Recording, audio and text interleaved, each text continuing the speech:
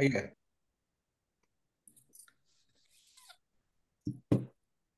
ఓం శివనాంని విభావితే అంతరంగే మహతి జ్యోతిషిమాని నీమయార్థే దురితాని అపయాంతి దూర దూరం ముహురాయాంతి మహాంతి మంగళాని స్మృతే సకల కళ్యాణ భాజనం యత్ర జాయతే పురుషస్తమజం నిత్యం వ్రజామి శరణం హరిం.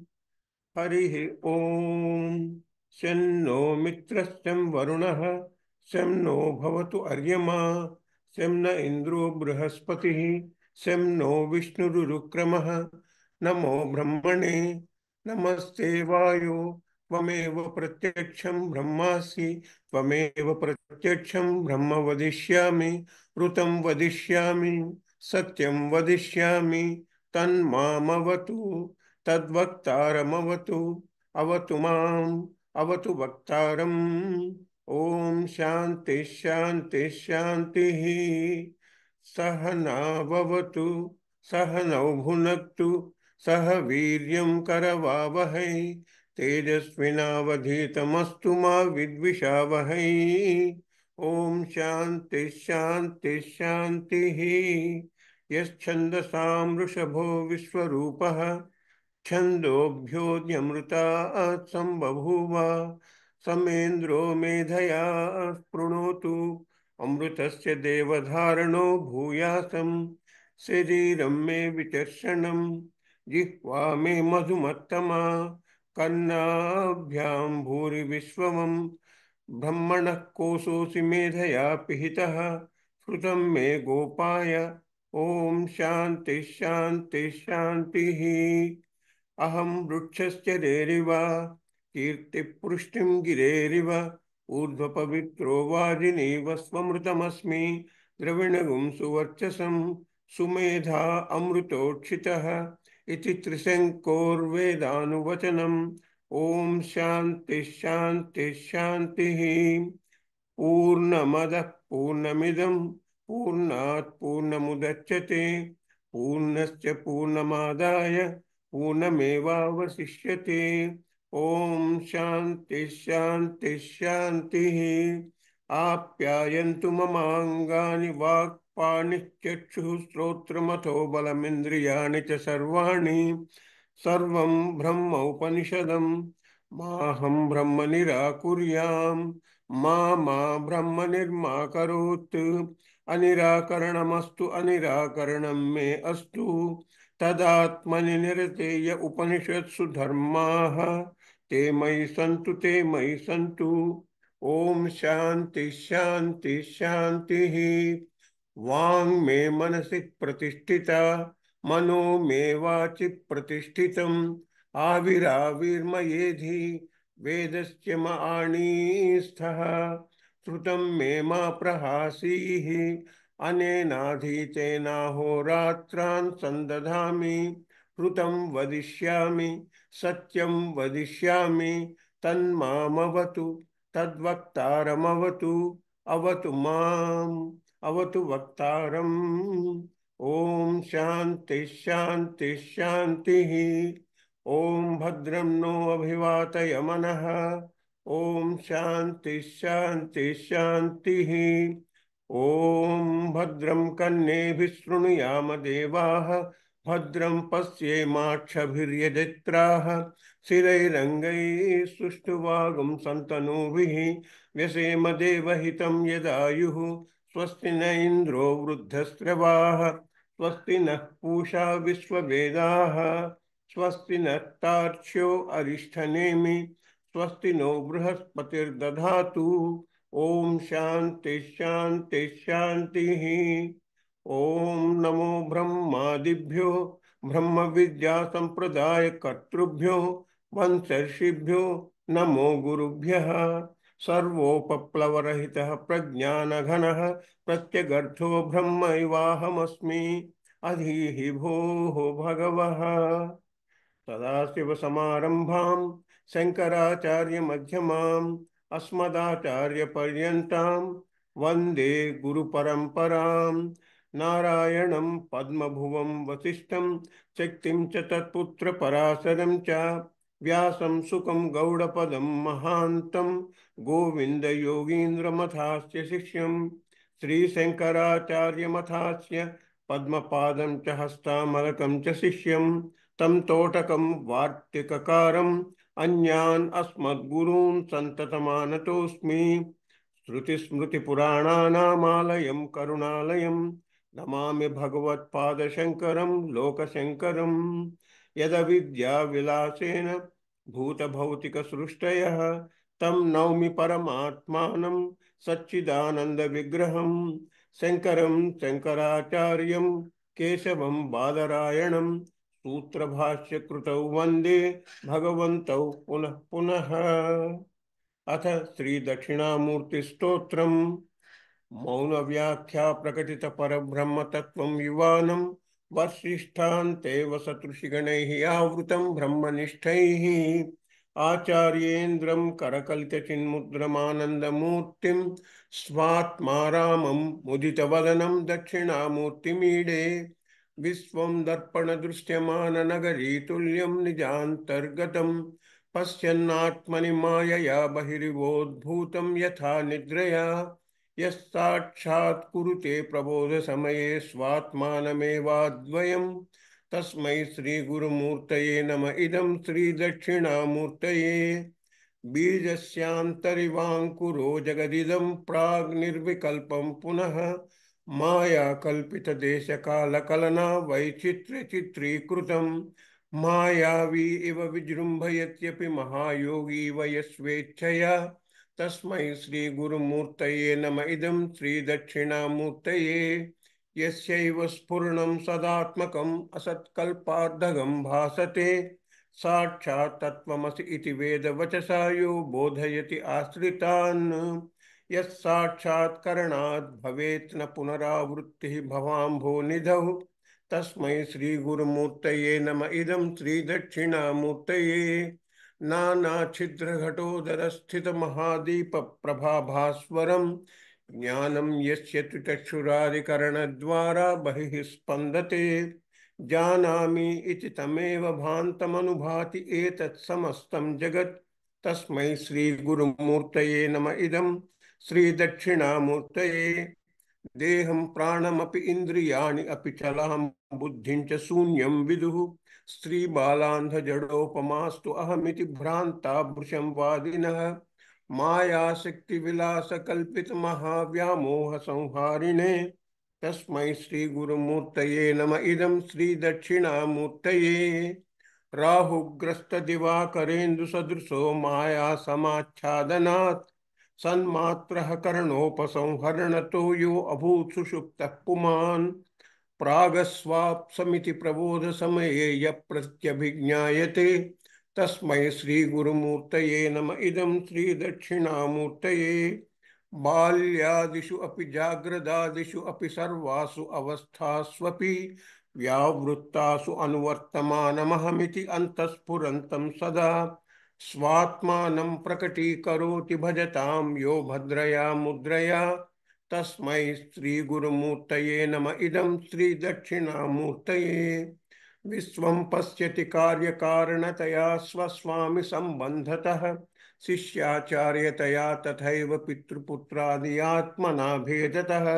स्वप्ने जागृति वा य एष पुरुषो माया परिभ्रामितः तस्मै श्रीगुरुमूर्तये नम इदं श्रीदक्षिणामूर्तये भूरंभांसि अनलो अनिलो अंबरमहर्नाथो हिमांशु पुमान् इति आभाति चराचरात्मकमिदं यस्यैव मूर्त्यष्टकम् नान्यत् किंचन विद्यते विमृशतां यस्मात् परस्मात् विभोः तस्मै श्रीगुरुमूर्तये नम इदं श्रीदक्षिणामूर्तये सर्वात्मत्वमिति स्फुटीकृतमिदं यस्मात् अमुष्मिं स्तवे तेनास्य श्रवणात् तदर्थमननात् ध्यानात् संकीर्तनात् सर्वात्मत्वमहाविभूतिसहितं स्यात् ईश्वरत्वं स्वतः सिद्ध्येत् तत्पुनरष्टधा परिणतं च ऐश्वर्यमव्याहतम् वटविटपि समीपे भूमिभागे निषण्णं सकलमुनिजनानां ज्ञानदातारमारात् त्रिभुवनगुरुमीशं दक्षिणामूर्तिदैवं जननमरणदुःखच्छेददक्षं नमामि। चित्रं वटतरोर्मूले वृद्धाः शिष्याः गुरुर्युवा गुरोस्तु मौनं व्याख्यानं शिष्यास्तु छिन्नसंशयाः। निधये सर्वविद्यानां भिषजे भवरोगिणां गुरवे सर्वलोकानां दक्षिणामूर्तये नमः। ॐ नमः प्रणवार्थाय शुद्धज्ञानैकमूर्तये निर्मलाय प्रशान्ताय दक्षिणामूर्तये नमः। अङ्गुष्ठतर्जनीयोगमुद्रा व्याजेन देहिनां श्रुत्यर्थं ब्रह्मजीवैक्यं दर्शयन्नोवताच्छवः। समं सर्वेषु भूतेषु तिष्ठन्तं परमेश्वरं मन्नाथं परमात्मानं प्रणतोऽस्मि सदाशिवम्।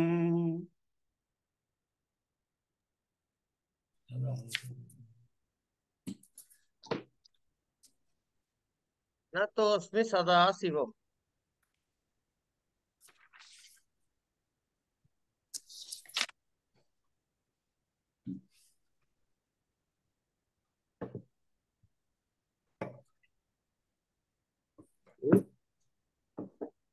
దైవీ హ్యేషా గుణమయీ మమ మాయా దురచ్చయ మామేవ ఏ ప్రపద్యంతే మాయామేతాం తరంతి తే.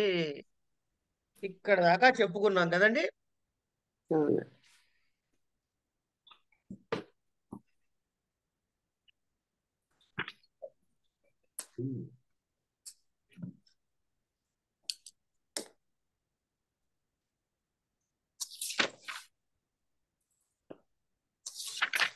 యది త్వాం ప్రపన్నాః మాయామేతాం తరంతి కస్మాత్ త్వామేవ సర్వేణ ప్రపద్యంతే ఇతి ఉచ్యతే.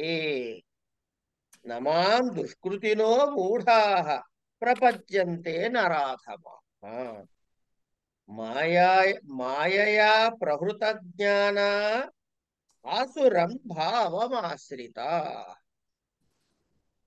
న మాం పరమేశ్వరం దుష్కృతినః పాపకారిణః మూఢాః ప్రపద్యంతే నరాధమాః. నరాణాం మధ్యే అధమాః నికృష్టాః. తే చ మాయయా అపహృత జ్ఞానాః ఆసురం భావం హింసానృతాది లక్షణం ఆశ్రితాః. ఎందుకయ్యా వాళ్ళు నిన్ను చూడలేకపోతున్నారు అని అంటే వాళ్ళ లక్షణాన్ని చెబుతున్నాడు. ఇక్కడ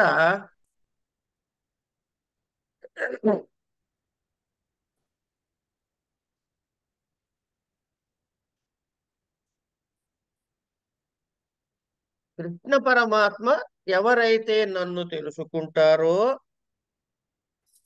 ఏ యథామాం ప్రపద్యంతే. అది కాదుగా ఇప్పుడు మనం చదువుకుంది. దైవీ హ్యేషా గుణమయి, దైవీ హ్యేషా గుణమయి మమ మాయా దురచ్చయ అన్నాడు. మమ మాయా దురచ్చయ అని మరి అది ఎట్లా పోవాలి? అందరికీ ఎందుకు కావట్లేదయ్యా? కొంతమంది తెలుసుకుంటారు. ఎవరైతే నన్ను ప్రపద్యంతే నన్ను శరణు వేడతారో వాళ్ళకి నన్ను పొందుతారో వాళ్ళకి ఈ మాయను దాటేస్తారయ్యా. సరే బానే ఉంది కానీ అందరూ దాటలేకపోతున్నారుగా. అందరూ దాటలేకపోతున్నారు కదా. ఏది త్వాం ప్రపన్నాహ మాయామేతం తరంతి. ఎప్పుడైతే గనక వీళ్ళు నీ మాయని దాటగలుగుతారో మరి కస్మాత్కారం ఎందుకు దాటలేకపోతే అందరూ ఎందుకు నిన్ను పొందట్లేదు అని ప్రశ్న వేస్తుంటాడేమో అని ఉచ్యతే చెబుతున్నాడు. ఏమని? నమాం దుష్కృతినో మూఢాః ప్రపద్యంతే నరాధములు నన్ను పొందలేరు. ఎందుకు? మాయయాపహృత జ్ఞాన ఆసురం భావమాశ్రిత అని వాటి వివరాన్ని చక్కగా చెబుతున్నాడు. దుష్కృతినః పాపమును ఆచరించేటటువంటి నరాధమాః నరులలో మనుషులలో అధములైన వారు. వాళ్ళు ఎవరు ఇంకా? అలాంటి వాళ్ళు ఎవరుతారట? మూఢాహ, మూఢులైన జనులు. మాయయా అపహృత జ్ఞాన, మాయ చేత ఉపహరించబడినటువంటి జ్ఞానము కలవారై, అంటే అజ్ఞానులు. ఆసురం భావ, అంటే అసుర సంబంధమైనటువంటి భావములను ఆశ్రయించి ఉన్నటువంటి వారు. వాళ్ళు ఏమిటి పరిస్థితి? నమాం, పరమేశ్వరుడనగు నన్ను న ప్రపద్యంతే. మాం న ప్రపద్యంతే, ఎవరు? దుష్కృతినః, మూఢాః, నరాధమాః, మాయయా అపహృత జ్ఞానాః, ఆసురం భావం ఆశ్రితాః. వీళ్ళందరూ నన్ను పొందలేరు అని ఇక్కడ దీన్ని స్పష్టపరుస్తున్నారు. పాపకర్మలు ఎవరైతే ఆచరిస్తారో, మూఢులై ఎవరైతే ఉన్నారో వాళ్ళు నిన్ను పొందలేరు అని. ఏ పునః నరోత్తమాః పుణ్యకర్మాణః, తర్వాత ఏ పునః నరోత్తమాః పుణ్యకర్మాణః చతుర్విధా భజంతే మాం జనాః సుకృతినోऽర్జున. చతుర్విధా భజంతే మాం జనాః సుకృతినో అర్జున. ఆర్తో జిజ్ఞాసురర్థార్థి జ్ఞానీ చ భరతర్షభ.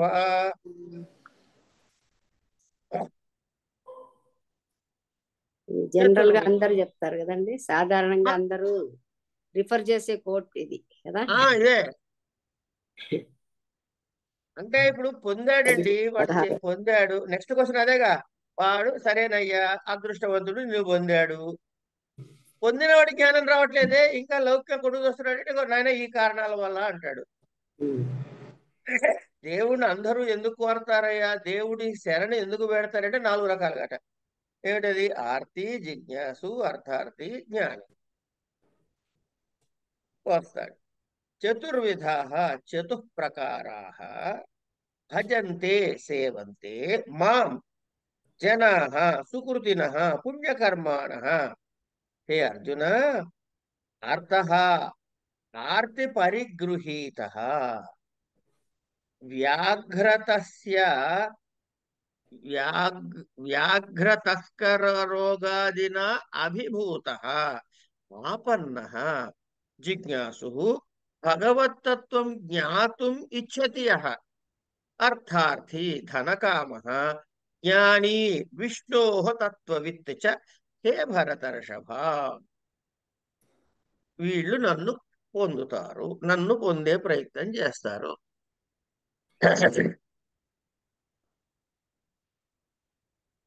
అంటే నాయన భరతర్షభ, భరతవంశ శ్రేష్ఠుడా, మహానుభావ, ఆర్తః, ఆర్తి కలగాలి. దేనికి? వ్యాధులతోటి పీడించబడినవాడు. జిజ్ఞాసు, అసలు ఈ ఆత్మస్వరూపం ఏంటండి? ఉన్నవి 3 అండి. ఏమిటవి? ముందు 3 పట్టుకుందాం. మనకున్న గొడవల్ల ఈ 3 దగ్గరే ఉంది. తర్వాత 3 వాటి యొక్క ఎఫెక్ట్స్ అనుకుందాం. ఏమిటది? ఈ జగత్ అంటే ఏమిటి? ఈ జీవుడు అన్నవాడు ఎవడు? ఈ ఈశ్వరుడు అన్నవాడు ఎవడు? అంటే జీవుడెవరు అనగా ఆత్మ పదార్థం ఏమిటి? పరమేశ్వరుడెవడు అంటే ఈశ్వరుడెవరు? అసలు ఈ జగత్ కనబడే దృశ్యమానమైనటువంటి జగత్తంతా ఏమిటి? ఇది వీటి వివరం, తత్వము, దాని అసలు నైజము, నిజస్థితి ఏమిటో తెలుసుకోవాలని కోరిక కలిగిన వాడు జిజ్ఞాసు. అర్థార్థి, వాడు డబ్బు కావాలి. ధనకాముడు జ్ఞాని. వీడికి ఏంటి పరిస్థితి? జ్ఞాని అంటే ఈ సర్వవ్యాపకుడైన పరమేశ్వరుడి తత్వము తెలిసినవాడు. జిజ్ఞాసు ఏమన్నా తెలుసుకుందాం అనుకుంటున్నవాడు, జ్ఞాని ఏమన్నా తెలుసుకున్నవాడు. ఇలా 4 విధాలైన పుణ్యకర్ములైన జనులు నన్ను సేవిస్తున్నారయ్యా. అని 16వ శ్లోకంలో మనకి సార్ జ్ఞాని కూడా సేవించడం ఉంటుందా?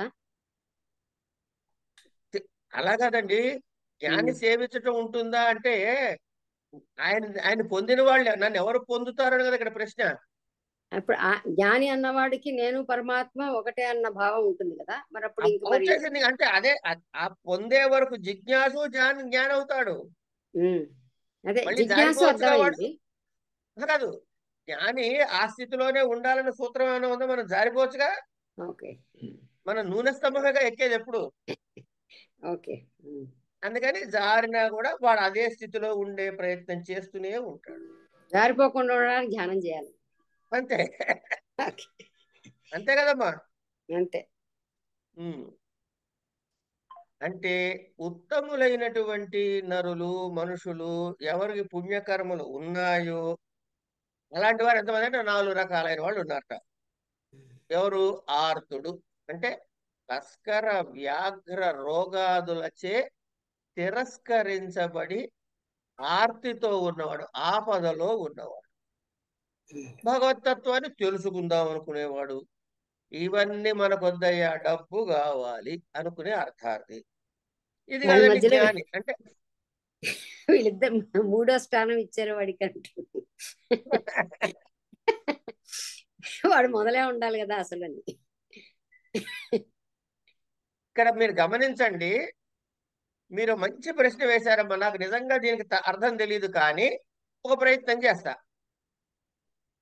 ధనం సంపాదించేవాడు ఎప్పుడూ కూడా నా స్వశక్తితో నేను చేస్తున్నాను అనుకుంటాడే కానీ భగవంతుడి దయ వల్ల వస్తుందని అనుకోడు. మొదటి స్టేజ్లో నేను ఇంత కష్టపడ్డాను, నేను వ్యాపారం పెట్టానండి, నానా ఏడుపు లేచి ఇంటింటికి తిరిగి అమ్మానండి, తర్వాత ఏం చేశానంటే అండి ఒక చిన్న టిక్కీ ఇట్లా వాడు అన్ని తను తను తను తను తను అని చెప్పుకుంటాడు.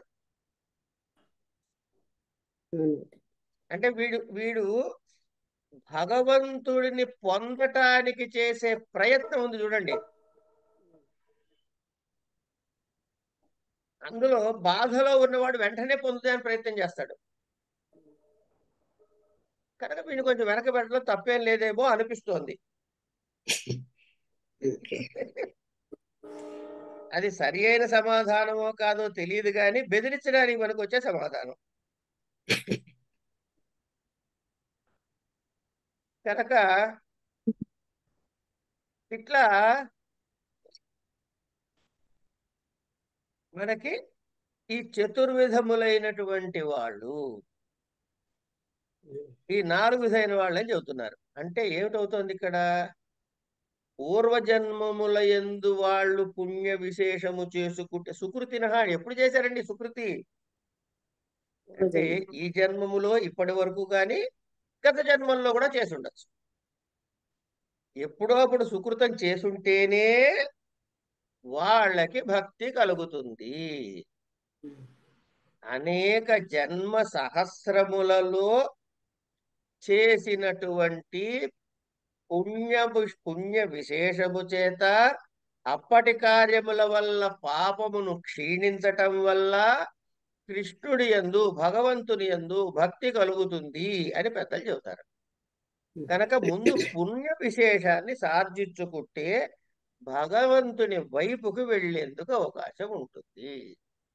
ఇక రోగాలు ఎందుకు వస్తాయ్యా అంటే పుణ్యప సంచయము లేనివాడు ఉండి కూడా పాపము కూడా ఎక్కువగా ఉన్నవాడు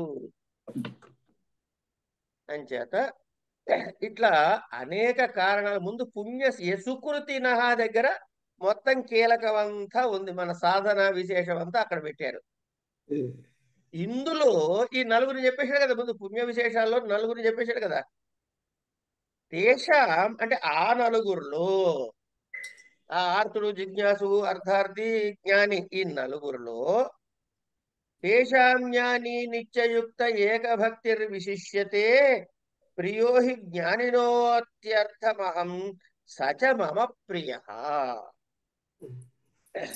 తేషామితి తేషాం చతుర్ణాం మధ్యే జ్ఞాని తత్వవిత్ తత్వవిత్వాత్ నిత్యయుక్తః భవతి ఏకభక్తిః చ అన్యస్య భజనీయస్య అదర్శనాత్ సహ ఏకభక్తి విశిష్యతే. విశేషం ఆధిక్యం ఆపద్యతే అతిరిచ్యతే ఇత్యర్థః. ప్రియః హి యస్మాత్ అహం ఆత్మజ్ఞానినః అతః తస్య అహం అత్యర్థ ప్రియః. ప్రసిద్ధం హి లోకే ఆత్మా ప్రియః భవతి. ఆత్మా ప్రియః భవతి. తస్మాత్ జ్ఞానినః ఆత్మత్వాత్ వాసుదేవః ప్రియః భవతి ఇత్యర్థః. సహ చ జ్ఞాని మమ వాసుదేవస్య ఆత్మా ఏవ ఇతి మమ అత్యర్థం ప్రియః.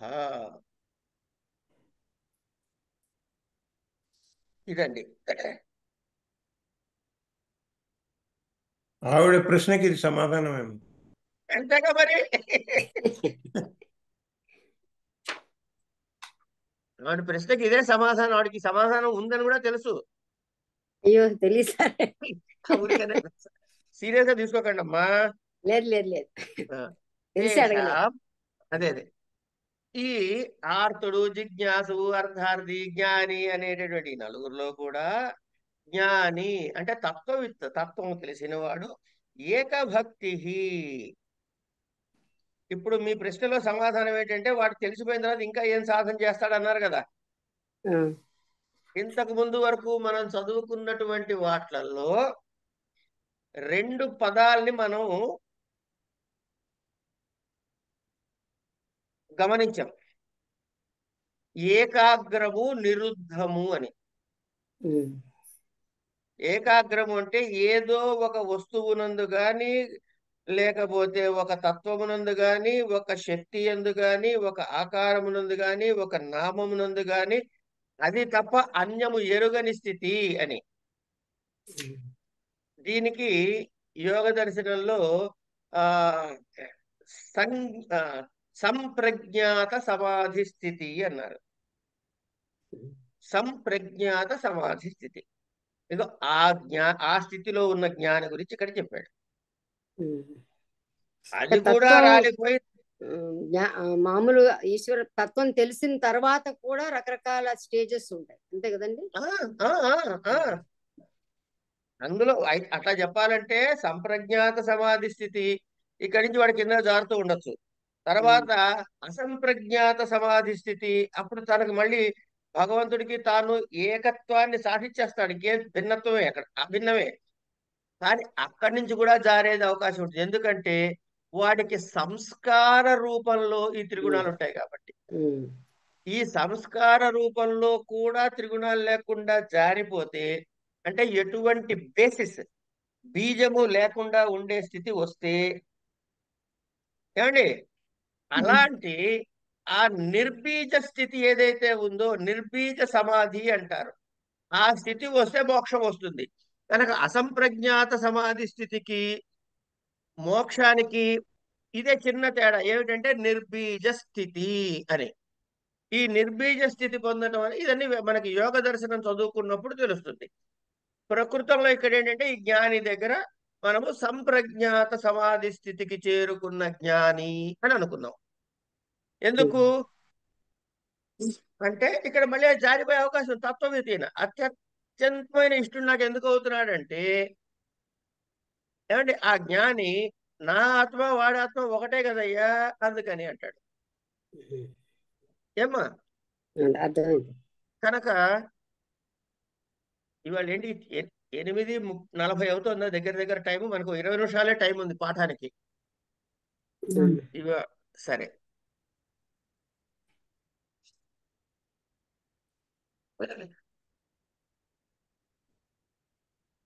మీరు మమ్మల్ని ఎప్పుడు చెప్పండి ఏమండి. అంచేత ఇప్పుడు పరిస్థితి ఏమిటి? ఎవడైతే దుష్కర్మలు చేశాడో వాడు నరాధముడు, వాడికన్నా వేరైన వాడు సుకృతుడు, వాళ్ళు నన్ను ఇచ్చేస్తారు, నన్ను సాధిస్తారు. ఈ 4 విధాలైన వారిలో కూడా నివృత్త సర్వకాముడు సర్వోత్కృష్టుడు. అని మనకి చెబుతున్నారు. తేషాం ఇది తేషాం చతుర్ణాం మధ్య జ్ఞానీ తత్వవిత్.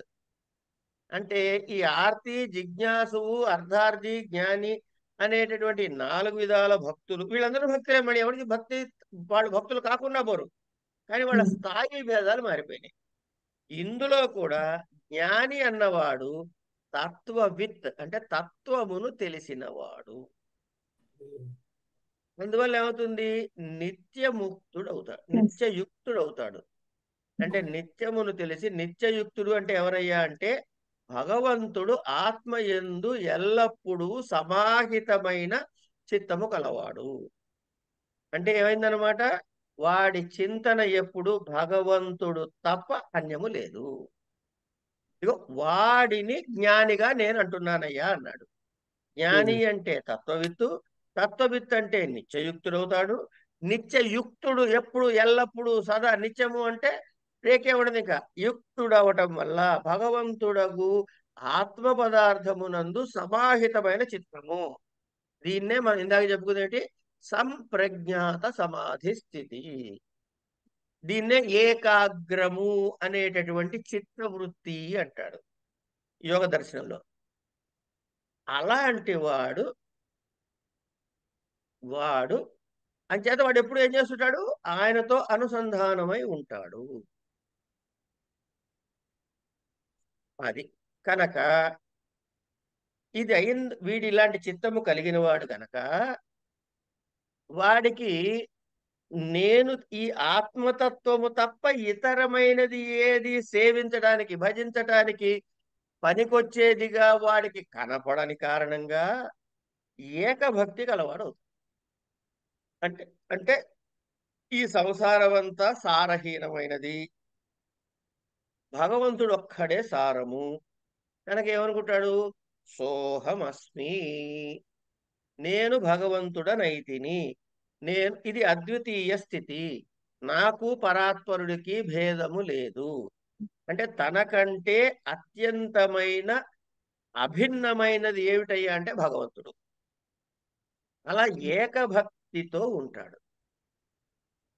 ఇక్కడికి వెళ్ళి మనం ఒక్కసారి లలితా సహస్రం అలా వెళ్ళొస్తే ఏకభక్తి మదర్చిత, అదే బాగా చెప్పారు. అంతే కదా. కనుక అందులో ఏది చెప్పినా మీరు విష్ణు సహస్రనామం చదవండి, ఇవి ద్యోతకమయ్యే నామాలే ఉంటాయి. లలిత చదవండి, ఇవి ద్యోతకమయ్యే నామాలే ఉంటాయి. శివ సహస్రనామం చదవండి, ఇవి ద్యోతకమయ్యే నామాలే ఉంటాయి. ఎందుకంటే వాళ్ళు మన దృష్టిలో భిన్నులు గాని తత్వదృష్టిలో సమానమే. కనుక పరమాత్మకి నాకు భిన్నత్వము. అలాంటి వాడు ఈ చెప్పిన నలుగురిలో కూడా అధికుడు. ఎందుకు? నేనే ఆ జ్ఞాని యొక్క ఆత్మని కనుక జ్ఞానికి నాకు తేడా లేదు. కనుక జ్ఞాని అవుతాడు, నాకు అత్యంత ప్రియుడవుతాడు. నన్ను నేను ప్రేమించుకోనండి. అంచేత ఈ లోకంలో కనుక చూస్తే ఆత్మ ప్రియమైన విషయం ప్రసిద్ధమే కదా, అందరికీ తెలిసిందే కదా. ఆత్మ తన్ని మించి ఇంకోళ్ళు ఏమైనా ప్రేమిస్తాడా? వాడు నేను ఒకటే కనుక వాడు నాకు అత్యంత ప్రీతిపాత్రుడు.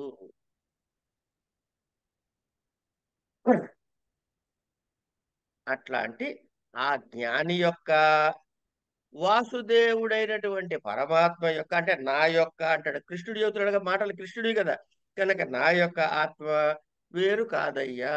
కనుక ఆ జ్ఞాని నాకు అత్యంత ప్రియమైన వాడు అయ్యున్నాడు అని మనకి విషయం చెబుతాడు ఇక్కడ.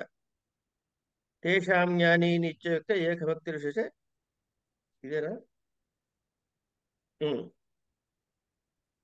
ఏకభక్తిర్ విశిష్యతే. ఇది అయిపోయింది. తరువాత నర్హి నర్హి ఆర్తాదయ త్రయ వాసుదేవస్య ప్రియా న కిం తర్హి అని ఒక ప్రశ్న వేసుకుని, ఉదారాః సర్వ ఏవైతే జ్ఞానీత్వాత్మైవ మే మతం అస్థితః సహి యుక్తాత్మా మామేవానుత్తమాం గతిం. ఆర్తులు ఇట్లా ఉన్నారు, ఆర్తులు జిజ్ఞాసు ఉన్నారు కదా, వీళ్ళు మూడోడెవడు అర్థార్థి ఉన్నారు కదా. మరి వీళ్ళు వాసుదేవుడికి ఇష్టం కాదా? అయితే వాళ్ళు భక్తులే, మరి వాళ్ళు సుకృతులే, మరి వాళ్ళు నీకు ఇష్టం లేదా అంటే అలా అనకూడదురా నాయన. ఏమిటంటే అని ఈ శ్లోకాన్ని చెబుతున్నాడు. ఏం చెప్పాడు అంటే ఉదారాహ ఉత్కృష్టాః సర్వే ఏవ ఏతే త్రయః అపి మమ ప్రియాః ఏవ ఇత్యర్థః. నహి కశ్చిత్ మద్భక్తః మమ వాసుదేవస్య అప్రియః భవతి. నహి కశ్చిత్ మద్భక్తః, వాడు ఏ కారణంగా వచ్చాడు పక్కకు పెట్టు, నన్ను భక్తుడేటా లేదా కనుక నహి కశ్చిత్ మద్భక్తః మమ వాసుదేవస్య అప్రియః భవతి. జ్ఞానీ తు అత్యర్థం ప్రియః భవతి ఇది విశేషః. తత్కస్మాదిత్యాహ. అదెట్లాగయ్యా? తత్కస్మాదిత్యాహ జ్ఞానీ తు ఆత్మైవ నసన్యః మత్తః ఇది మే మమ మతం నిశ్చయః. ఆస్థితః ఆరోఢుం ప్రవృత్తః సః జ్ఞానీ హి యస్మాత్ అహమేవ భగవాన్ వాసుదేవః న అన్యః అస్మి ఇత్యేవం యుక్తాత్మ సమాహిత చిత్తః సన్ మామేవ పరం బ్రహ్మ గంతవ్యం ఉత్మాం గతిం గంతుం ప్రవృత్తః ఇత్యర్థః.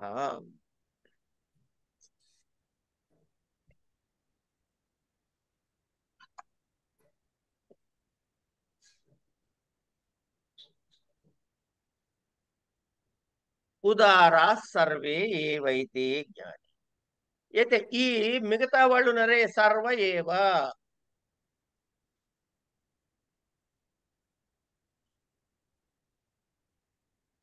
అంటే ఆర్తి జిజ్ఞాసు అర్థార్థి అనే ముగ్గురు కూడా ఉదార కృష్ణులే. జ్ఞానితు, ఈ జ్ఞాని ఎవడైతే ఉన్నాడో, వీడి తత్వవేత్త ఎవడైతే ఉన్నాడో,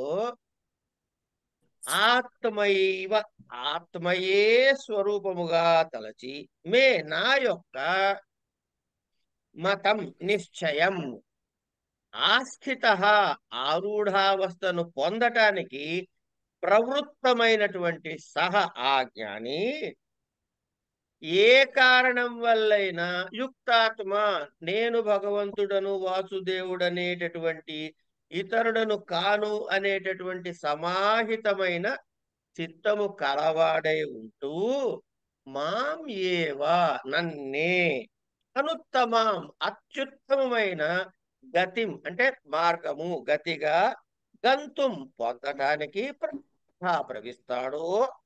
ఇక్కడ దాకా ఆపాడండి. దీని తర్వాత శ్లోకంలో దీని అన్వయం కుదురుస్తాడు అనమాట.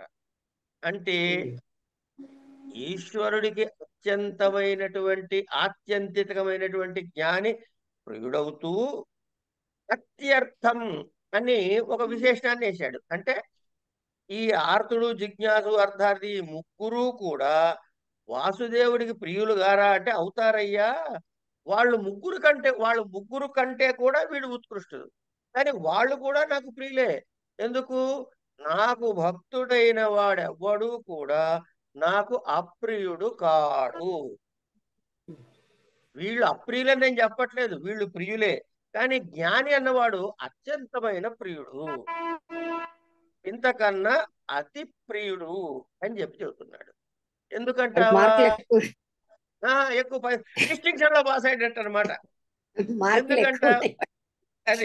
ఎందుకంటావా అంటే జ్ఞాని ఆత్మయే నాకంటే వేరు కాదు అని నా నిశ్చయం. వాడనుకోవడం కాదండి, పరమాత్మ అనుకుంటాడు జ్ఞాని ఆత్మయే నాకంటే వేరు కాదు అని నా నిశ్చయం. కనుక జ్ఞాని ఆరూఢావస్థను పొందుటకు ప్రవృత్తుడు. ఆరూఢావస్థను పొందుటకు అంటే నేనే భగవంతుడిని, నేనే సర్వచైతన్యాన్ని, నేనే ఆ అద్వితీయమైనటువంటి చైతన్యాన్ని అనే స్థితి తెలుసుకునేందుకు ప్రవృత్తుడై ఆ మార్గంలో ఉన్నాడు కనుక వాడికి ఏవి పొందాలో తెలుసు, అటు వెళ్ళాలనే ఇచ్చ ఉంది, అదే ప్రయత్నంలో ఉన్నాడు కాబట్టి, అటు ప్రవృత్తుడై ఉన్నాడు కాబట్టి ఆ జ్ఞాని నాకు అత్యంత ప్రియుడయ్యా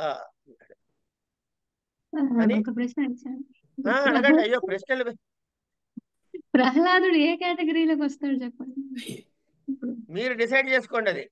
అది అంటే నాకు కొంచెం డౌట్ గా ఉంది.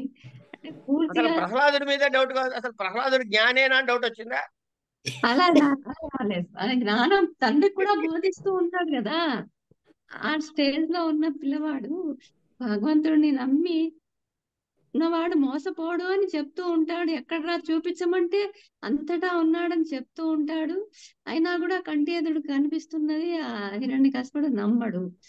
అలాంటి అంటే అలా ఒక కాదమ్మా, తండ్రిమైన భక్తి పిల్లవాడి. అట్లా కాదు. ఉమ్. ఇప్పుడు మీరు ఇంతకీ అడుగుతున్నది వాడెవడు హిరణ్యకశిపుడు గోల అడుగుతున్నారా, లేకపోతే ప్రహ్లాదుడు భక్తి అడుగుతున్నారా? ప్రహ్లాదుడు భక్తుడి గురించే అడుగుతున్నా. ప్రహ్లాద భక్తి ఉమ్. అతను అన్ని కష్టాలు పడుతున్నా కూడా అసలు భగవంతుడిని అసలు సర్వావస్థ మీరు ఒక చిన్న టైంలో విషయాన్ని అక్కడ బేసిక్ క్వాలిటీని మర్చిపోతున్నారు. అవునంటారా? బొమ్మ, ఉమ్. ఉమ్, ఉమ్, మీరు ఉమ్. ఒక బేసిక్ విషయాన్ని వదిలేశారు. అదేంటంటారు? ఏమిటది? ఏమిటది చెప్తారా? అది అతనికి ఉన్న నమ్మకం. మీరు బేసిక్ గా వదిలేసిన విషయం ఏమిటి? ఏమో నాకు అంతుపట్టట్లేదు. మీకు తెలుసండి, భలే ఉన్నారు. మీకు తెలియదంటే నేను ఎట్లా నమ్ముతా? తెలిసింది తెలియదంటే. అంటే ఇప్పుడు ప్రస్తుతం గోచరించట్లేదు. ఉమ్. ఉమ్. ఆ, ఇంకా ఇంకొకసారి ఆలోచించండి. జ్ఞాని అతను ఒక విధమైన జ్ఞానే పిల్లవాడు. అది కాదమ్మా, ప్రహ్లాదుడు కష్టపడ్డాడా పడలేదా? పడ్డాడండి. పడుతూ చాలా కూడా పడ్డాడా, అతను కొద్దిగా పడ్డాడా? ఆగలేదు. ఆ? చాలా పడ్డాడా, కష్టం కొద్దిగా పడ్డాడా? చాలా కష్టాలు పడ్డాడు పిల్లవాడు. ఆహా, ఎప్పుడైనా వాడు మీకు చెప్పాడు ఆ విషయం? అలా నేను అనుకుంటున్నా.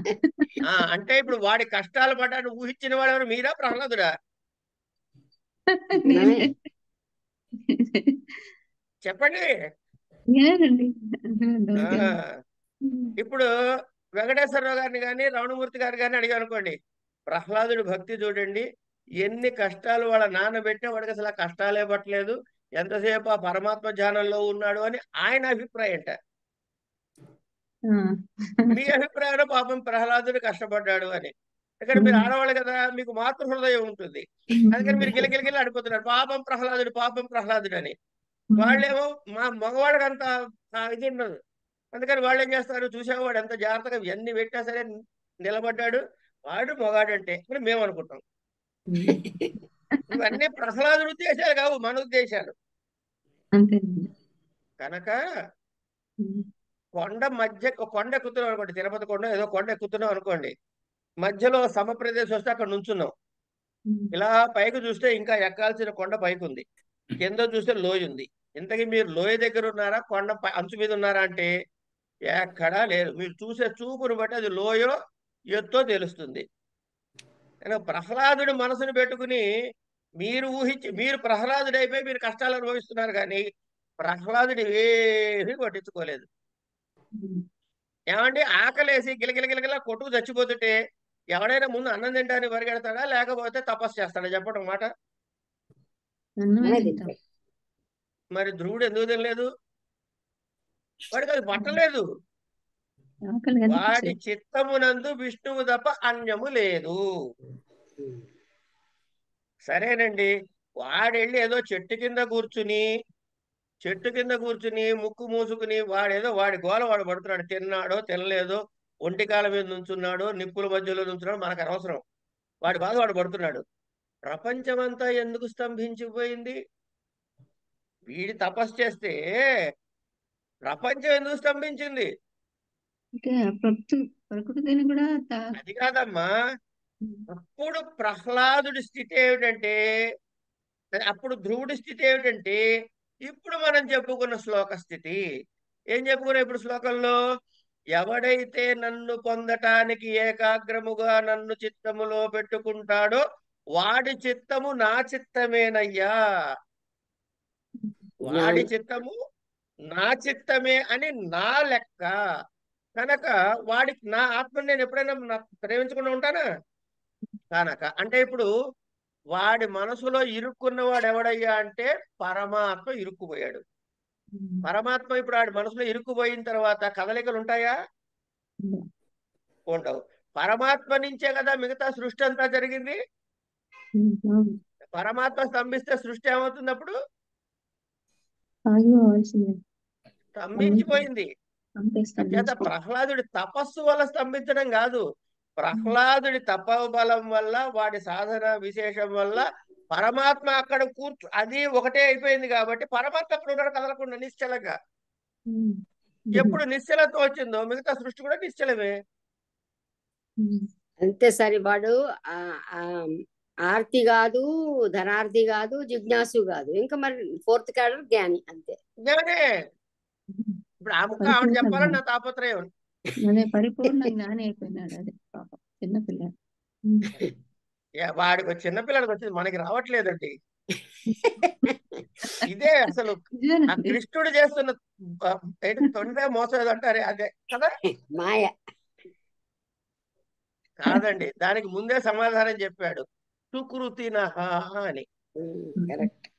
ముందు జన్మల్లో చేసి పూర్తిగా మెట్టెక్కిపోయి ఉన్నారు వాళ్ళు, పై మెట్టు. అందుకే పోతన గారు కూడా గత జన్మంబులనేమి నోచితిమో అంటాడు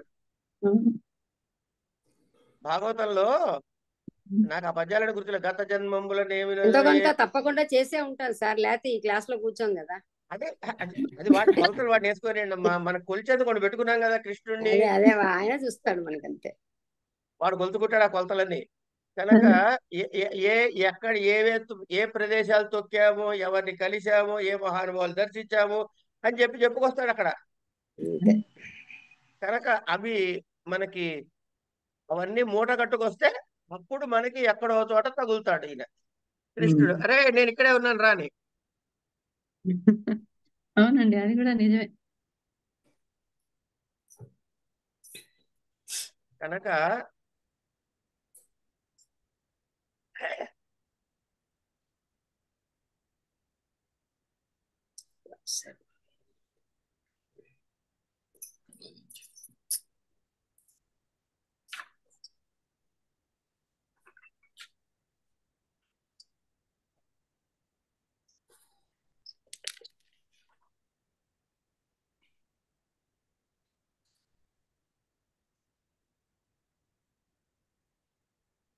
సరే, అది పక్కకు పెడితే ఇప్పుడు మనం ఎక్కడున్నాం అసలు మళ్ళీ మర్చిపోయాను నేను. ఇక్కడ 20 బహునాం జన్మనామా. బహూనాం జన్మానామంతే. ఎందుకంటే ఇప్పుడు ఈ జ్ఞాని క్యారెక్టరిస్టిక్ ఎప్పుడు వస్తుందిరా నాయన అని చెప్తున్నాడు. ఇప్పుడు బహూనాం జన్మానామంతే జ్ఞానవాన్ మాం ప్రపద్యతే. ఏమిట? వాసుదేవ సర్వమితి స మహాత్మా దుర్లభః. స మహాత్మా దుర్లభః. బహూనాం జన్మానాం జ్ఞానార్థ సంస్కారార్జనాశ్రయాణం అంతే సమాప్తౌ జ్ఞానవాన్ ప్రాప్త పరిపాక జ్ఞానః మాం వాసుదేవం ప్రత్యగాత్మానం ప్రత్యక్షతః ప్రతిపద్యతే. కథం? వాసుదేవః సర్వం ఇతి యః ఏవం సర్వాత్మానం మాం ప్రపద్యతే స మహాత్మా న తత్సమః స మహాత్మా న తత్సమః అన్యః అస్తి అధికో వా అతః సుదుర్లభః మనుష్యాణాం సహస్రేషు ఇత్యుక్తం అన్నాడు. మనుష్యాణం సహస్రేషు 3వ శ్లోకం చెప్పాడు కదా అని.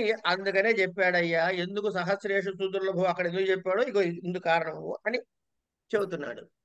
అంటే బహునాం అనేకమైనటువంటి జన్మలు, అనేకమైనటువంటి జన్మలలో ఆర్జించినటువంటి సంస్కారములు ఎవరికైతే ఉంటాయో, జ్ఞానమును సంపాదించాలనేటటువంటి సంస్కారములు కలిగినటువంటి జన్మలు. చేత ఈ జన్మల్లో కూడా 2 ముక్కలు చేసి పారేశాడు ఇక్కడ. ఎట్లాంటి జన్మలు అయి ఉండాలటవి? జ్ఞానార్థము సంస్కారములు కలిగినటువంటి జన్మలు అయి ఉండాలి. అంటే ఎన్ని దాటుకుంటూ వస్తే ఇక్కడికి వస్తామో చూడండి. అంతే. దాని చివరి యందు అంటే ఫలితముగా జ్ఞానవాన్ అంటే పరిపాకమైన జ్ఞానము కలిగిన వాడై సర్వం వాసుదేవ ఇది అంటే దృశ్యమైనది అదృశ్యమైనది సర్వము కూడా వాసుదేవ స్వరూపమే అని మాం వాసుదేవ స్వరూపుణ్ణైన నన్ను ప్రత్యేగాత్మను ఈ ప్రత్యేగాత్మ శబ్దాన్ని పట్టుకోండి. అంటే మనలో ఉండే ఆత్మతత్వమే వాసుదేవ స్వరూపము అని తెలుసుకోవటం. వాసుదేవుడు అక్కడ ఉన్నాడు నాకు తెలిసాడు కాదు, నాలో ఉన్న జీవుడే ఈ ఆత్మ పదార్థమే వాసుదేవుడుగా తెలుసుకోవాలి. ప్రత్యక్షత ప్రపంచతే తెలుసుకుంటాడు. సహ వాడు మహాత్ముడు అంటే గొప్ప అంతఃకరణము కలిగిన వాడు. మహా గొప్ప ఆత్మ అంటే అంతఃకరణము కలిగిన వాడు. వీడెవడరా అంటే సుదుర్లభ చాలా కష్టమయ్యా తెలుసుకో. ఇట్లాంటి వాళ్ళు చాలా అలభ్యులు అంటే చాలా ఎక్కడో rarest of the rare species అంటామే అలాంటి వాడు అనమాట. అంచేత ఈ జ్ఞాని కూడా వాళ్ళ గొప్పతనాన్ని చెబుతున్నాడు. బహునా ఎన్నో జన్మల సంస్కారం ఉంటే తప్ప ఆ సంస్కారాల జన్మలలో వచ్చిన పుణ్యకర్మానుష్ఠానము వల్ల వచ్చినటువంటి బుద్ధి శుద్ధి కలిగి ఆ వాసన రాహిత్యం కలుగుతుంది. అలాంటి వాసనల ఆశ్రయాలతోటి అనేక జన్మలు ఉండి చివరి జన్మలో అంటే వాటి పరిపాకముగా అంతా వాసుదేవుడే. సర్వం వాసుదేవ స్వరూపం అని వాసుదేవ స్వరూపమైనటువంటి ప్రత్యేగాత్మను తెలుసుకుంటాడు. అంటే సర్వాత్మ అయిన నన్ను ఈ ప్రత్యేగాత్మగా కూడా తెలుసుకుంటాడు. వాడు మహాత్ముడు. కనుక వాడితో సమానమైన వాడు వేడెవ్వడు లేడు, కనపడ్డు. అందుకే నాయన మనుష్యుల్లో సుదుర్లభుడు వీడు అని చెప్పాను అని మనకి ఇక్కడ పరమాత్మ జ్ఞాని యొక్క గొప్పతనను ఉత్కృష్టతని ప్రకటించాడు. పశ్యతి సర్వత్ర. ఇక్కడికి ఇవాళ ఆపుకుందామండి. మిగతాది రేపు చూద్దాం. నమస్తే.